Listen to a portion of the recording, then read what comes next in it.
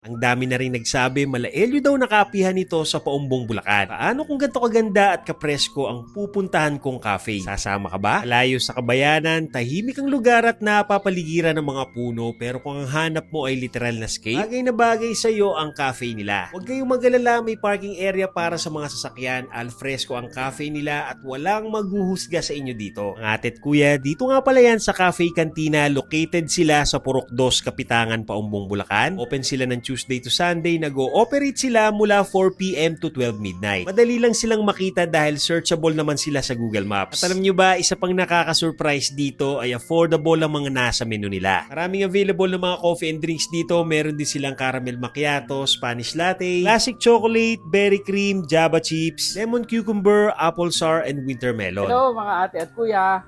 Welcome po sa Cafe Cantina. Remember, yung unang Cafe Cantina is mobile type. Meron kami sa convention, meron kami sa Norzagaray, and soon we are planning to open more branches across the region and across the province. Ang purpose talaga nito, gawin lang siyang place para buuin yung mga truck. Dahil malaki naman yung space, spacious naman, sabi ko sa aming mag-asama, why not maximize natin yung space? Total, nandirito lang din naman kami, coffee naman yung aming business din. Bakit hindi natin i-open para kahit paano? Meron tayong mobile, meron tayong ganitong store. Majority sa mga nagpupunta dito, nakakatuwa nga, hindi man taga-Paumbong eh. Pero may mga taga-Paumbong, hindi kami nag-proclaim no na LU vibe. Sinakyan na lang namin kasi madaming nagsasabi na LU vibe. Available din sa kanila ang mga starters gaya ng enoki fries and bacon enoki roll. Meron ding mango kani salad, hash brown, club sandwich wrap. May mga pasta rin sila dito gaya nitong pollo pesto. May mga flavored wings meal din sila dito gaya ng honey mustard chicken and classic buffalo. Nasubukan ko rin yung salt and pepper pork nila na napaka-savory. At itong pinaka-favorite ko na sweet and sour pork. Medyo sweet and tangy ang lasa ng sauce. Ang sarap nito, promise. Oo nga pala, may mga bundle deals din sila dito. May kasama ng drinks. Mas makakamura kayo. Ayun, kapag gusto nyo subukan dito sa Cafe Cantina, open sila ng 4 PM to 12 midnight araw-araw.